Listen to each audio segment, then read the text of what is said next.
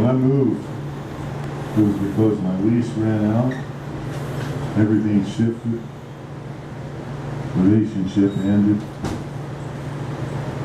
and so I had to have a home. So I went to the Ozarks, because I lived there a long time ago. I found me a little cabin in white oak woods on a hillside, and took some getting used to, but I'm used to it now. But this piece is places. It's a funny thing about places, Tootsie. They're everywhere. On the other hand, there's only one place. Everywhere. Such a clear memory. Your little cabin on Blanchard Mountain. Now that was a place. The guy you rented it from found new tenants, somebody told me. I wonder, do our ghosts, yours and mine, still shower together in that tiny bathroom and wash one another? Did your oak table and stained glass lamp and candle holders, did they leave shadows when you moved them to wherever you live now? When the new renters climb the stairs each night, do they feel warmth passing that shelf where your mother's photograph was perched?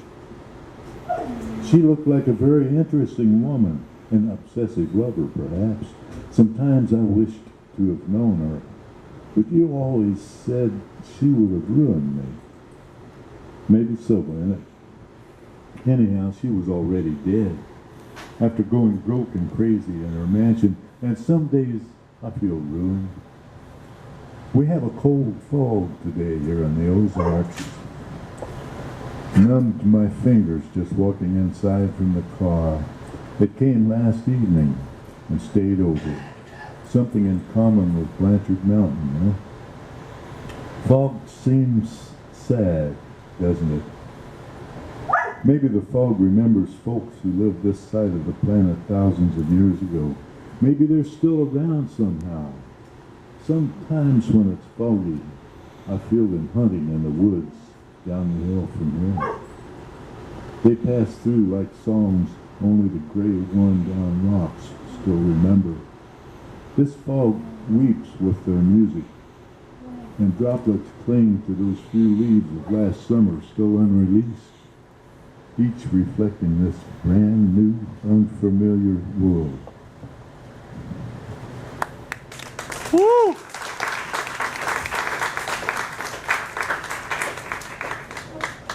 I hope you guys can put up with some more. Oh yeah.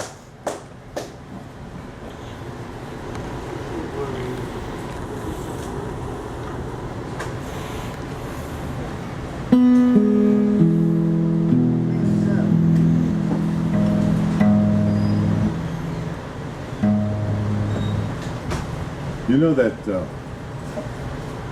what was the guy's name? Dwayne Johnson, the guitar player? Oh, David Johnson was up David here earlier, yeah. Johnson. I was watching him. I'm sitting up close, like in the zippy trees. I'm sitting up close, and he tuned his guitar. He didn't have a tuner. He perfectly tuned that guitar just with his ear. And you know, it's just not everybody up and down the street that can do that. That guy's good.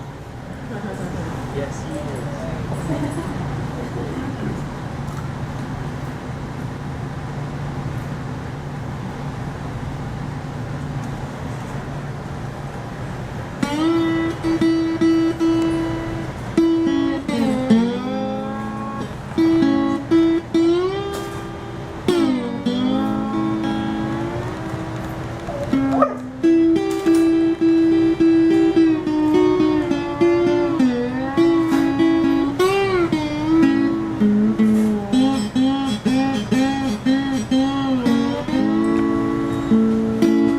I used to live in a neighborhood called Lower Queen Anne down in Seattle.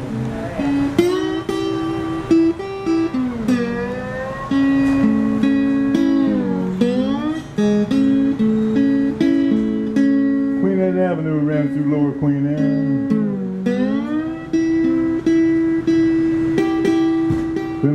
long steep hill to Queen Anne.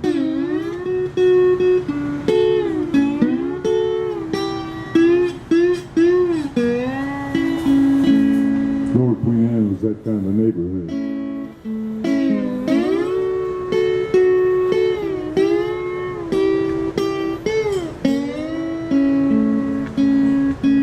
We used to walk down to Queen Anne Avenue, thanks, Zippy. Used to walk down Queen Anne Avenue on Sunday morning, sit up in a coffee shop drinking coffee, reading a funny paper somebody left behind and watching.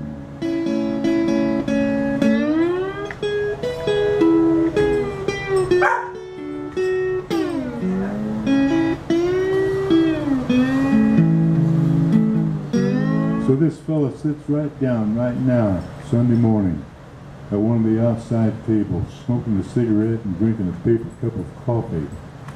Paper cup of coffee from a different stand on down the street.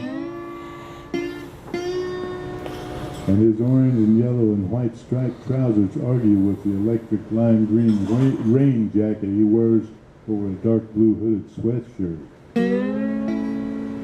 Cheap running shoes and whiskers complete his outfit. He may be well into his 50s.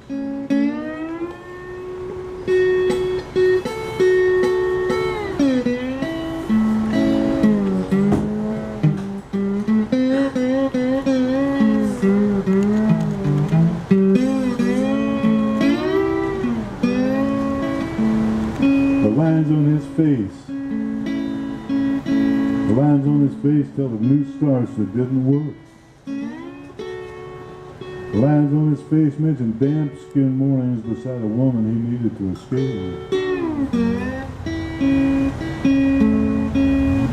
The lines on his face tell of a realization that the love of his life would not be coming back. Everett. The lines on his face tell of leaving home. I don't mean the cheap room where he's probably staying.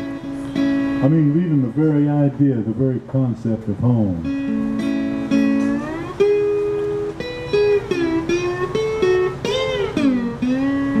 Leaving it behind. And the lines on his face speak softly.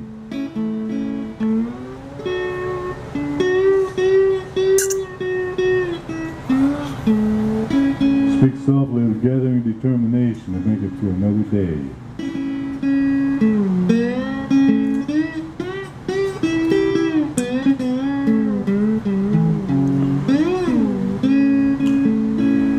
He looks from side to side, hands fidgeting in his crossed knees. One cheap running shoe on the concrete. The other moves idly in the air, a white cotton sock top showing. He begins talking to nobody.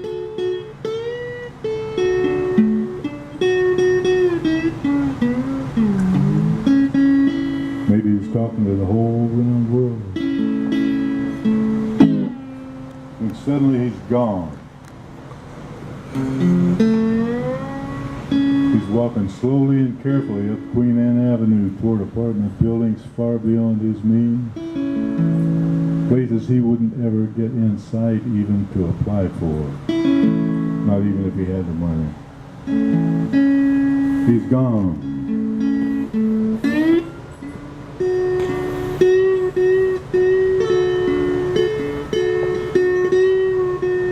And all the lunches his mother may have packed for him, the meals he sat down to,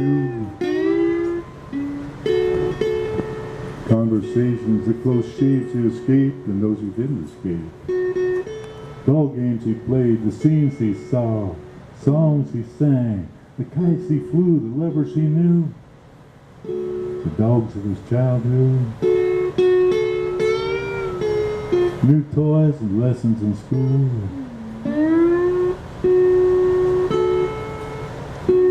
The letters he wrote, the cars he wrecked or wore out, and the cold nights.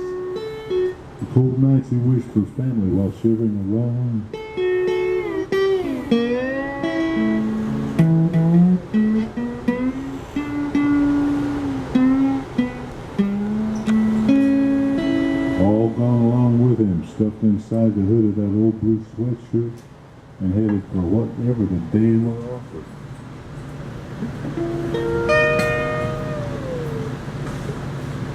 and go away.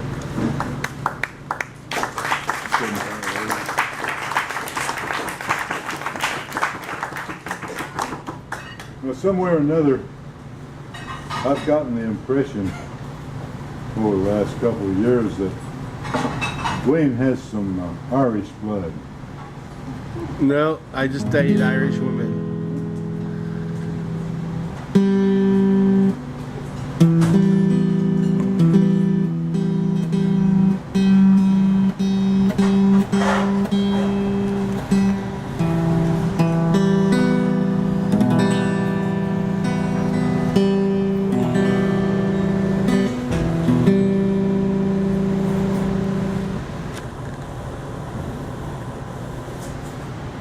Okay, Mexicans are mostly Catholic.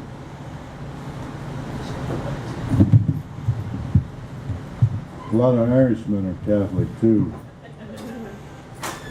A whole lot of the Irishmen who moved to America back in the early 1800s were very staunch Catholics.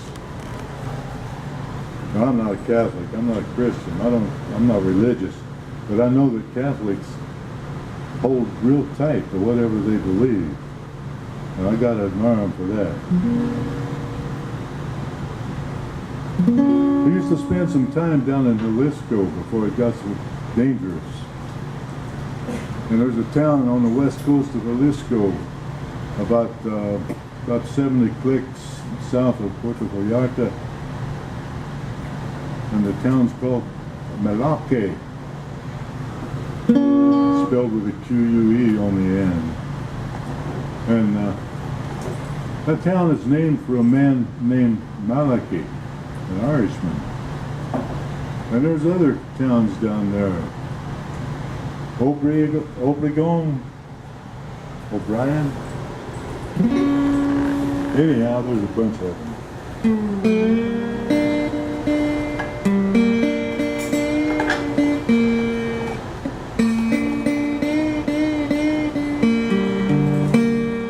There's a neighborhood in Mexico City now. It used to be an independent little town just outside of Mexico City. It's called Churubusco.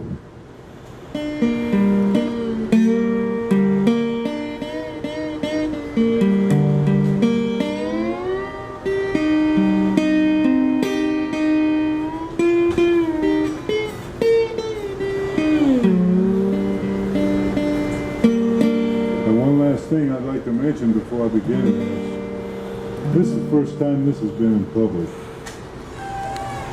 Be kind to. The states, California, Arizona, Texas, New Mexico, Colorado, Utah, used to be part of Mexico up till sometime in the 1840s.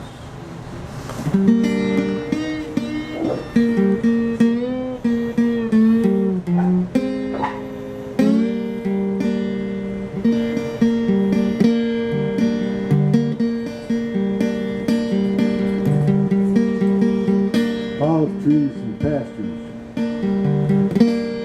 Spring is making all the colors bright. Waving on the fence post, the 4 lanes stretching out of sight. 2 more hours to Bakersfield, then across the desert into the night. Someone in Jalisco sends her hopes that everything will go all right.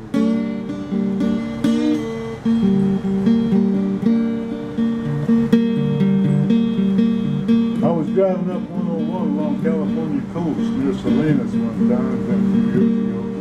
I stopped at a truck stop to get some lunch.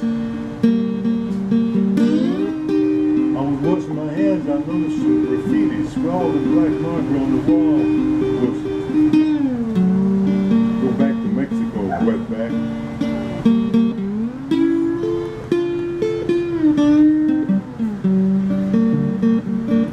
Right next to it, printed neatly in red crayon, "This is Mexico." Some little Mexican towns have Irish names, and I'm gonna tell you why. 'Cause I like to hang out in coffee shops where you very seldom see the cops. And tell stories to my friends on evenings like this when I'm high. And the Irish were the heroes of the Mexican-American War. South Piers of line across the land that made so many mothers proud. There ain't nobody keeping score, maybe it don't matter anymore. No matter what the map says, I've always known that boat was alive. And the Irish were the heroes of the Mexican-American War.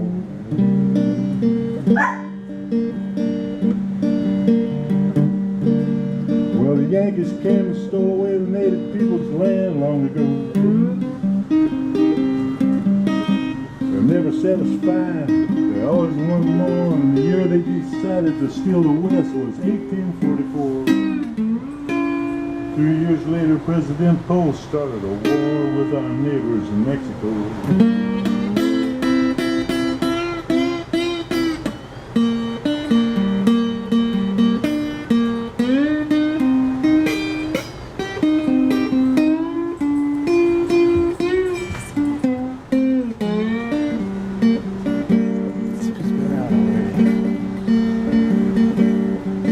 Well, the U.S. cavalry brought atrocities down on the peaceful Mexican folk.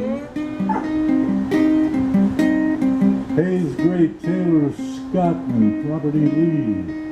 They were the generals who pretended not to see. Well, they won that war and stole the West for President James Gray Polk. But the Irish were the heroes of the Mexican-American War.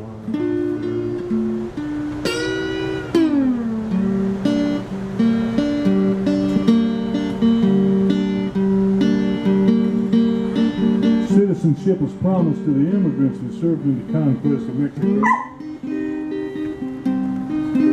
But then on the dark night day, way down in La Ciudad de Monterrey, U.S. cavalry stabled their horses in the beautiful Mexican shrine of St. Francisco.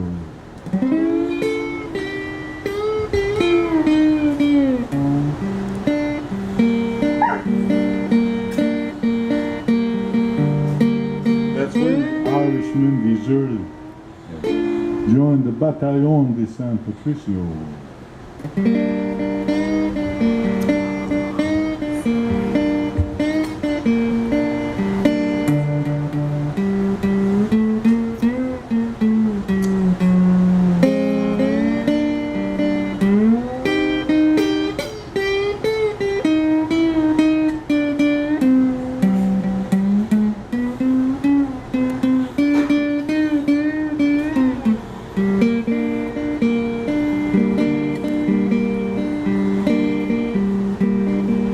St. Patrick's Battalion helped the Mexicans in that fight. They went over to the Mexican side and fought hard to try to turn the tide.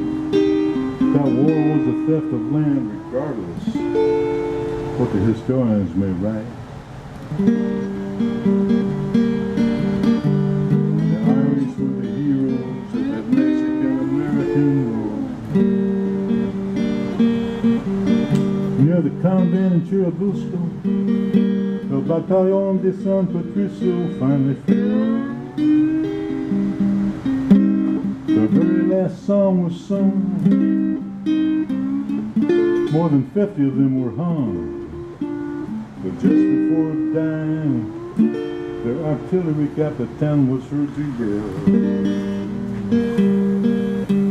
that the Yankee cavalry and all their horses could go to hell. And the Irish were the heroes of that Mexican-American war. Olive trees and pastures, spring is making all the colors bright. The